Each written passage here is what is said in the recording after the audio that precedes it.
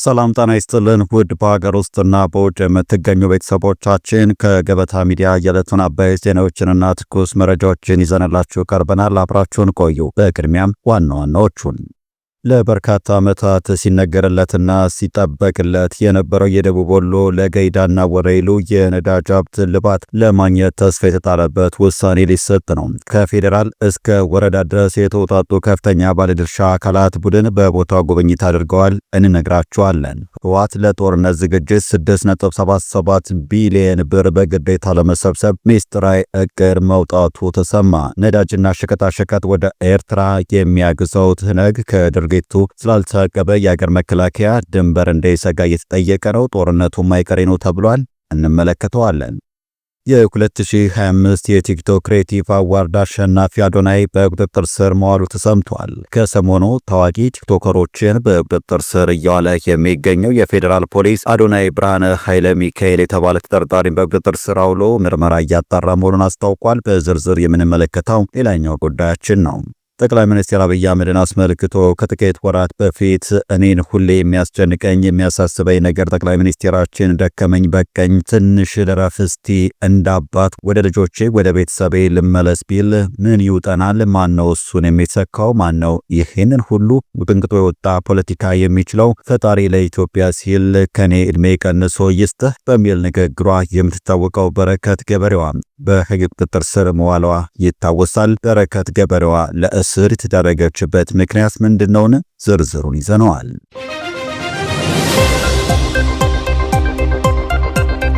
ወደ ዝርዝሮች አለፍን። ቻናሉን ሰብስክራይብ፣ ቪዲዮ ላይክ በማድረግ እስከ ፍጻሜ አብራችሁን ቆዩ በአክብሮት እንጠይቃለን።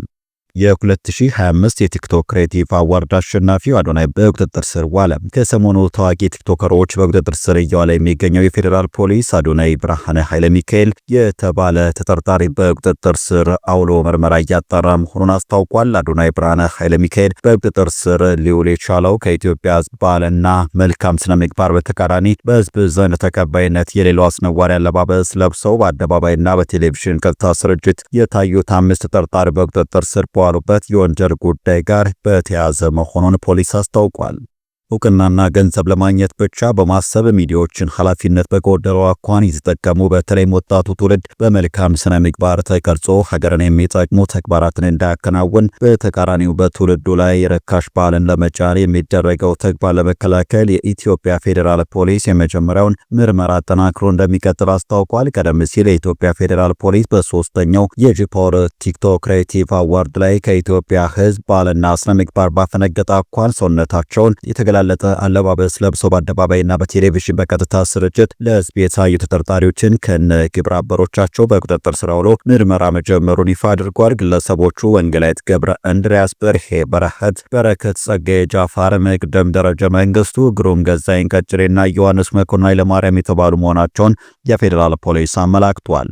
ህወሓት ለጦርነት ዝግጅት 6.77 ቢሊዮን ብር በግዴታ ለመሰብሰብ ሚስጥራዊ እቅድ ማውጣቱ ተሰማ። ነዳጅና ሸቀጣሸቀጥ ወደ ኤርትራ የሚያግዘው ትነግ ከድርጊቱ ስላልታቀበ የአገር መከላከያ ድንበር እንዳይሰጥ እየጠየቀ ነው። ጦርነቱ ማይቀሬ ነው ተብሎለታል። የትግራይ ክልል ጊዜ አስተዳደርና የትነግ አመራሮች በክልሉ ውስጥ ያለውን የገንዘብ እጥረት ለመቅረፍና የጦር ጉዳቶችን የሕክምና እርዳታ ለማግኘት በሚል ሽፋን ከፍተኛ መጠን ያለው ገቢ በግዴታም ለመሰብሰብ የሚያስችል ሰነድ አዘጋጅተው ወደ ስራ መግባታቸውም ተነግሯል። የተዘጋጀው የገቢ ማሰባሰቢያ እቅድ ሰነድ እንደሚያሳየው በአጠቃላይ 6 ቢሊዮን 770 ሚሊዮን 200 ሺህ ብር ለመሰብሰብ ታቅዷል። ይህ ገንዘብ በዋነኝነት የሚሰበሰበው በተለያዩ የህብረተሰብ ክፍሎች እና የንግድ ተቋማት ላይ ጫና በማድረግና አዳዲስ የገቢ ምንጮችን በመጠቀም ነው። የእቅዱ ዓላማዎችና የገንዘብ ክፍፍልን በወጣው ሰነድ መሰረት በአጠቃላይ ሊሰበሰብ የታሰበው 6.77 ቢሊዮን ብር ውስጥ 1 ቢሊዮን ብር በትግራይ ሰራዊት የጦር ጉዳተኞች የሕክምና እርዳታ ለመዋል ነው። 5 ቢሊዮን 760 ሚሊዮን 200 ሺህ ብር ደግሞ የክልሉን የገንዘብ እጥረት ለመቅረፍና ሌሎችም ክልላዊ እቅዶችን ለማሟላት ይመደባል። የገቢ ማሰባሰቢያ ዘመቻ በየደረጃው የሚገኘውን የህብረተሰብ ክፍል መሰረት ያደረገ እንዲሆን ተደርጎም እየተንቀሳቀሰ ነው። ገንዘቡን ለማሰባሰብ በእቅድ ከተያዙት ዋና ዋና ተግባራት መካከል በምርቶችና በሸቀጦች ላይ ከፍተኛ የዋጋ ጭማሪ በማድረግ ገቢ ማግኘት ነው። ከከተሞች የመሬት ሊዝ ሽያጭ ገቢም እንደሚገኝ የተነገረው ከባንኮችና ማይክሮ ፋይናንስ ብድርና ስጦታ ወይም ወፈያ መቀበል፣ ከኢፈርት ድርጅቶች በስጦታ መልክ ገቢ ማግኘት፣ ከሆቴሎችና ከአክሲዮኖች በስጦታና በብድር መልክ ገቢ መሰብሰብ፣ ከባለሀብቶችና ነጋዴዎች፣ ከግል ትምህርት ቤቶች፣ ከወርቅ ነጋዴዎች፣ በመስኖና በማኒፋክቸሪንግ ከተሰማሩ አካላት ገቢ ማግኘት ይገኝበታል። የገቢ ምንጭ የሚጠበቀው ገቢም በ28 ከተሞች ከመሬት ሊዝ ጨረታም ከፋይናንስና ልማት ተቋማት ከባንኮች ሆቴሎችና ከመሳሰሉት ከሲሚንቶ ሽያጭ ከሚገኝ ገቢ እንደሆነ ነው የተሰማው። የግዙፍና አስገዳጅ እቅድ ለመምራት 21 አባላት ያሉት አንድ አብይ ኮሚቴና 4 ንዑስ ኮሚቴዎች መቋቋማቸውም ታውቋል። የዋናው ወይም አብይ ኮሚቴ ሰብሳቢ የትግራይ ክልል ጊዜያዊ አስተዳደር ምክትል ፕሬዝዳንት ሲሆኑ ከዋና ዋና አባላቱ መካከል የኤፈርት ዋና ስራ አስፈጻሚ፣ የመሰቦ ሲሚንቶ ፋብሪካ ስራ አስኪያጅ፣ የንግድ ባንክ፣ የአንበሳ ባንክ፣ ወጋገን ባንክና ደደቢት ማይክሮ ፋይናንስ ስራ አስኪያጅ እንዲሁም የተለያዩ የመንግስትና የንግድ ተቋማት ኃላፊዎችም ተካተዋል። የማነቃቃትና የማደራጀት ንዑስ ኮሚቴው ደግሞ የገንዘብ ማሰባሰቡ ለማስፈጸም የህዝብና መንግስት ግንኙነት ኃላፊዎች፣ የመንግስትና የግል ሚዲያዎች፣ ሁሉም የሃይማኖት መሪዎች፣ ታዋቂ ሰዎች፣ አክቲቪስቶች፣ ባለሀብቶችና ነጋዴዎችን በዘመቻው ውስጥ እንዲሳተፉም ታቅዷል። በተጨማሪም በተገኘው መረጃ መሰረት የገንዘብ ማሰባሰቢያው ሰነድ ቢዘጋጀም በአሁኑ ወቅት በትግራይ ክልል ውስጥ አስቸኳይ ሕክምና የሚያስፈልገው የቲፒኤልኤፍ ሰራዊት የሌለ መሆኑ ተጠቅሷል። ይህም የጦር ጉዳተኞች የሕክምና ሽፋን የሚለው ሰበብ ለገንዘብ ማሰባሰቢያው ዋና መሸፈኛ እንደሆነም ጥያቄዎችን አጭሯል። ይህ በእንዲህ እንዳለ የአዲስ ሪፖርተር የትግራይ ተባባሪ ያነጋገራቸው እንዳሉት ወደ ኤርትራ የሚዘጋው ነዳጅና ሸቀጣሸቀጥ ከኮንትሮባንድ አልፎ ጋ ይመስሏል። ስለሆነም የፌዴራል መንግስት ድንበሩን ሊዘጋ ይገባል ብለዋል። ከዚህ ቀደም ያነጋገራቸው ለከፍተኛ መኮንን ትነግን ያሞላቀቀው መንግስት ነው፣ አሁን መከላከያ ቢመጣ ህዝብ በእልልታ ይቀበለዋል ማለታቸውን ጠቅሰን መዘገቡ አይዘነጋም።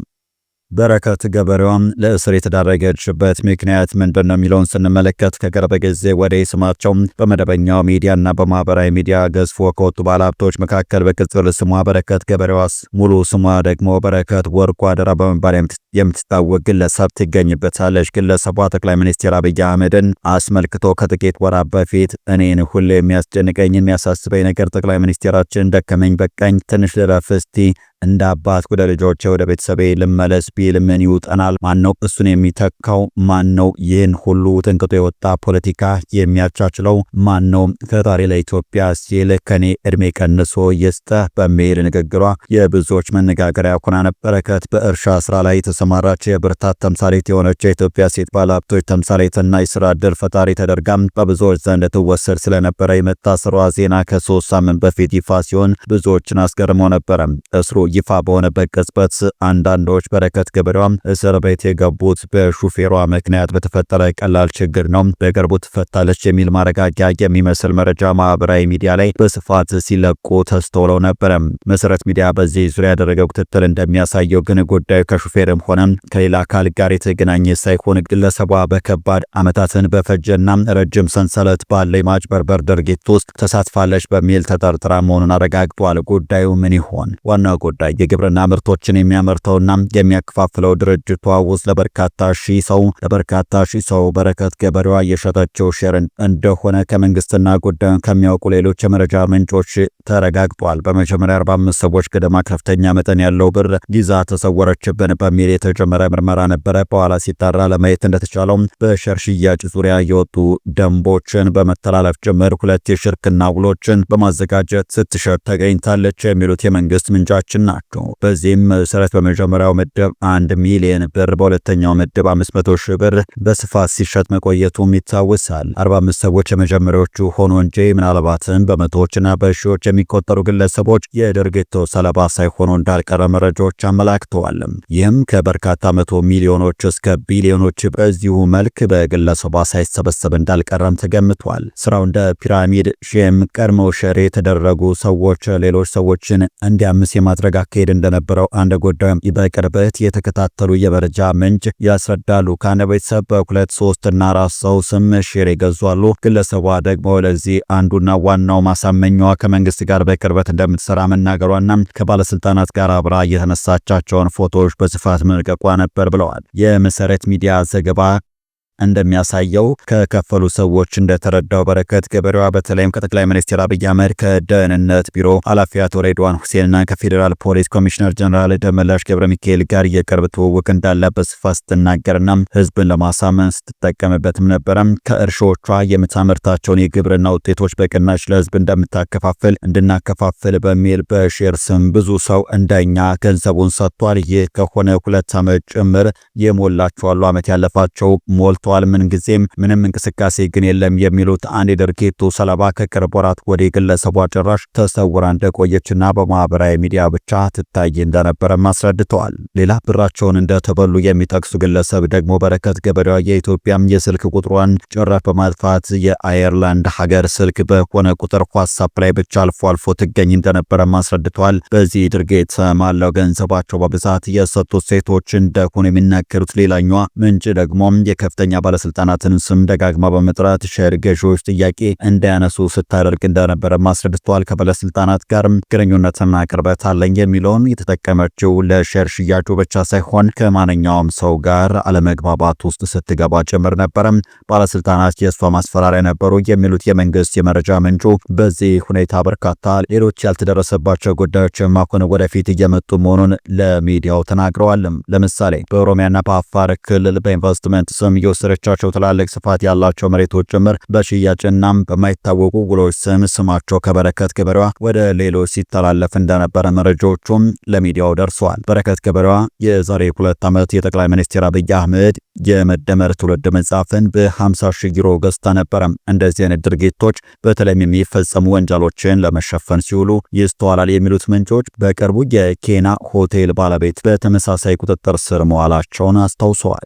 የወሎ ነዳጅ ዕጣ ፈንታ ሊወሰን መሆኑ ተሰምቷል። ለበርካታ ዓመታት ሲነገርለትና ሲጠበቅለት የነበረው የደቡብ ወሎም ለገይዳና ወራይሉ የነዳጅ ሀብት ልባት ለማግኘት ተስፋ የተጣለበት ውሳኔ ሊሰጥ ነው። ከፌዴራል እስከ ወረዳ ድረስ የተወጣጡ ከፍተኛ ባለድርሻ አካላት ቡድን በትናንትናው ዕለት በቦታው ተገኝተዋል። ይህ በዘርፉ የተሰማሩ ባለሙያዎችን ያቀፈው ቡድን ከፌዴራል ከክልልና ዞን የሚመለከታቸው የመንግስት አካላት ከወሎና ከአዲስ አበባ ዩኒቨርሲቲዎች የተወጣጡ ባለሙያዎችን ያካተተ ነበረም ተብሏል። ቡድኑ ለገይዳና ወራኢሉ ወረዳዎችም በሚያዋስነው መቸላ ወንዝ አካባቢ በአለት ሰንደቅ ወጥቶ የሚታየው ነዳጅ በአይኑ ተመልክቷል። በአለት ላይ ከሚታየው ፈሳሽ ናሙና ወስዷል። እንዲሁም በ2005 ከፍተኛ ክምችት እንደሚገኝ አመላክቶ የነበረውና ጎራና ትምህርት ቤት አካባቢ በጂፒኤስ መረጃ መዝግበዋል። ቡድኑ በአካባቢው ነዋሪዎች፣ በወረዳ አስተባባሪ አመራሮችና በሀገር ሽማግሌዎች ሞቅ ያለ አቀባበል የተደረገለት ሲሆን ጠቃሚ ማብራሪያዎችም አግኝቷል። መንግስት ለማዕድን ዘርፍ ልዩ ትኩረት እንደሚሰጥ የገለጹት ባለሙያዎቹ ዛሬ ያዩትን የተፈጥሮ ሀብት ለሀገር ልማት እንዲውል በቅርብ ክትትል እንደሚደረግበት አረጋግጠዋል። ይህ ጉብኝት ለዘመናት የቆየውን የነዳጅ ጥያቄ መጨረሻ ምላሽ የሚያገኝበት ይሆናል ተብሎም ተስፋ ተጥሎበታል። ውድ ተመልካቾቻችን ለዛሬ ያዘጋጀነው አበይት ዜናዎች እነዚህ ነበሩ። ገበታ ሚዲያን ሰብስክራይብ በማድረግ ቤተሰብ ይሁኑ። ጤና ይስጥልን።